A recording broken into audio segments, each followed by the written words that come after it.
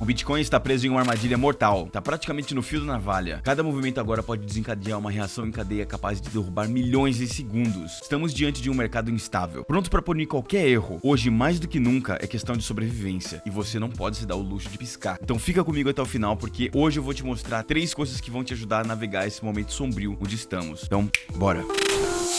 Fala pessoal, sejam muito bem-vindos a mais um episódio aqui do Coin Talk Brasil. Eu me chamo Nicolas e hoje a gente vai ver 3 coisas que podem ajudar a gente a não tomar a decisão errada na hora errada. Então vamos lá, começando como sempre, dando uma olhada aqui no gráfico do Bitcoin. O preço atual dele tá em 13 mil, teve uma subida de 0,27% hoje. O volume tá em 620 Bitcoins, bem abaixo da média de 30 dias. O gráfico tá mostrando que ele tem caído forte nesses últimos dias, né? Mas agora tá tentando segurar a região dos 113 mil. Bem aqui, ó. Há uma tentativa de recuperação, mas a gente ainda precisa de um pouco mais de força no volume e na convicção dos compradores. No contexto de mercado, houve 1,7 bilhões em liquidações de posições alavancadas, longs em sua maioria, nas últimas 24 horas. Esse foi o maior flush do ano, puxado pela queda até a região dos 111 mil para 112 mil. Isso confirma que a liquidez forçada está limpando o mercado de apostas muito alavancadas. Alguns fatos macroeconômicos que a gente tem que ficar de olho é que o mercado está aguardando por um pronunciamento do Fed, que é a Reserva Federal, e dados de inflação do PCE ainda essa semana. O Fed também deve sinalizar se mantém o tom duro, que é hawkish, ou se ele abre espaço para mais cortes. Aparentemente, o Trump também vai dar um discurso sobre a regulação do Bitcoin. Isso pode adicionar volatilidade, já que o tema pode envolver ETFs, impostos e adoção institucional. Se a gente analisar bem o gráfico do Bitcoin, suporte primário, ele tá aqui na zona de 111 para 112 mil. Essa foi a zona testada com essa queda. A resistência imediata tá em 114 mil, bem aqui, ó. A zona chave continua aqui entre 118 para 120 mil, e só acima disso que o mercado vai mostrar mais força. E o Bitcoin, infelizmente, ele tá num momento bem decisivo. Se ele perder o 111, ele abre espaço para cair até os 108 para 106 mil. Se segurar essa barra e ganhar tração, ele pode buscar lá os 118 mil no curto prazo. O fluxo de liquidações sugere que muitos traders já foram varridos e pode abrir um espaço para um alívio temporário de alta. Porém, o macro, o discurso da Fed e a fala do Trump podem definir a próxima perna. Se a gente vier dar uma olhada aqui nesse gráfico que mostra o Open Interest Pressure Score, basicamente, Open Interest seriam todas aquelas posições abertas, tanto de longs quanto de shorts, de pessoas que apostam que o Bitcoin vai subir, que seriam as longs, ou cair, que seriam as shorts. Esse Open Interest Pressure Score, que é essa zona avermelhada para azulada que a gente vê aqui, ó, que é essa linha roxa que a gente vê aqui, oscilando bastante. Atualmente ela tá abaixo da faixa dos 16%, bem abaixo da zona neutra, 25%, e distante da zona de risco acima dos 40%. Isso significa que a alavancagem no mercado tá leve, reflexo da liquidação em massa recente que tirou muitas posições longadas do jogo. E o que isso quer dizer pra gente? Menor risco de cascata de liquidação no curto prazo, já que o mercado não tá carregado de posições alavancadas. Também quer dizer que o preço hoje está sendo sustentado mais por fluxo de spots e fundos de longo prazo do que por especulações em futuros. Com menos pressão vinda de derivativos, a volatilidade ela tende a ser mais controlada, um mercado mais travado em um range, esse range que a gente vem acompanhando já faz dias, né? Agora, os próximos sinais que a gente tem que ficar de olho é que se as longas começarem a se acumular de novo perto das resistências, isso pode aumentar o risco de outro movimento de leveraging, que são essas quedas rápidas. Se shorts se acumularem nas correções, pode haver um rally de short coverage, é uma alta rápida por fechamento de vendidos. Um sinal mais claro viria se o indicador passasse de 40%, que é esse alerta de squeeze em risco elevado. Também viria se ele caísse para 10%, que é um mercado lavado de alavancagem, criando um espaço para um bounce técnico. Se a gente vier aqui agora para esse heat map, a gente vai ver que à esquerda é o order book, onde a gente vê muita liquidez empilhada entre 13 mil e 114 mil, exatamente onde as shorts estão posicionados. Se o preço subir até lá, pode desencadear uma corrida de liquidações. À direita, o heat map de liquidações aparece em zonas quentes na mesma região, mostrando onde a alavancagem mais pesada pode ser liquidada. Aqui embaixo, por volta dos 111 mil, também existe um suporte forte de liquidação, ou seja, tanto os touros quanto os ursos estão expostos. Basicamente, o Bitcoin ele tá num campo minado de liquidações. Qualquer movimento brusco pode desencadear uma onda explosiva, seja para cima ou para baixo. Vindo agora para o nosso gráfico que mostra o Short Term Holder Cost Basis Change, a gente pode ver que a situação atual do preço tá lá na faixa dos 112 mil, né? Como a gente tinha visto aqui. O custo base dos Short Term Holders tá lá na faixa dos 111,4 mil. E esse nível, que a gente acabou de comentar, é o ponto crítico para os investidores de curto prazo. Quando o preço se aproxima desse custo base, o mercado ele entra em uma espécie de teste de resistência psicológica. Isso é importante porque o Short Term Holder Cost Basis é um preço médio onde os novos compradores adquiriram seu Bitcoin. Se o preço cai para baixo desse nível, muitos Short Term Holders entram em prejuízo e aumenta a chance de venda forçada. Se o preço segura acima desse nível, vira suporte, aqueles bem sólidos, e indica um acúmulo saudável. No contexto atual, o movimento do pullback que estamos vendo já vinha sendo alertado. É uma correção natural após meses de alta. Isso não invalida a tendência de longo prazo, mas reforça que o mercado precisa construir bases mais fortes antes de continuar subindo. Estruturas assim geralmente servem para sacudir os alavancados e consolidar o preço em mãos mais fortes. Resumindo, a gente está em um espaço saudável, o nível-chave é lá na faixa dos 111.4 mil, e se ele for respeitado, pode ser o trampolim para a próxima perna de alta. Caso seja perdido, podemos voltar a novas ondas de liquidação de holders de curto prazo.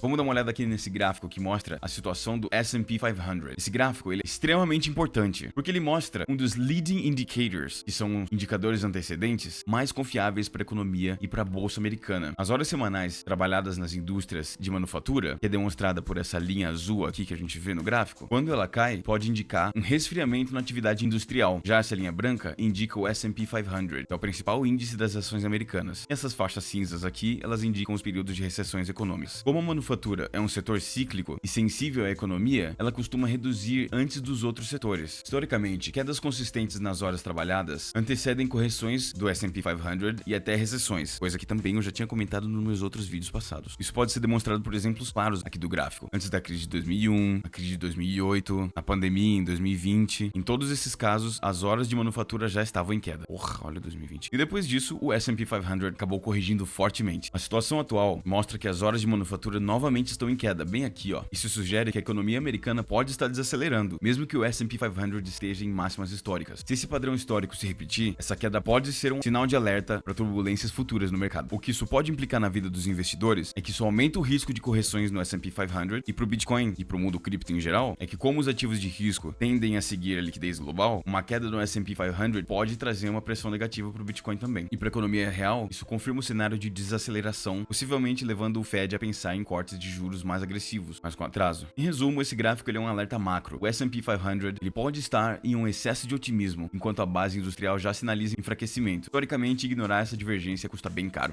Então é isso, gente. Eu espero que vocês tenham gostado. Muito obrigado se você assistiu até aqui. Não esqueça de deixar o seu like, se inscrever, ativar o sininho e te espero no próximo vídeo.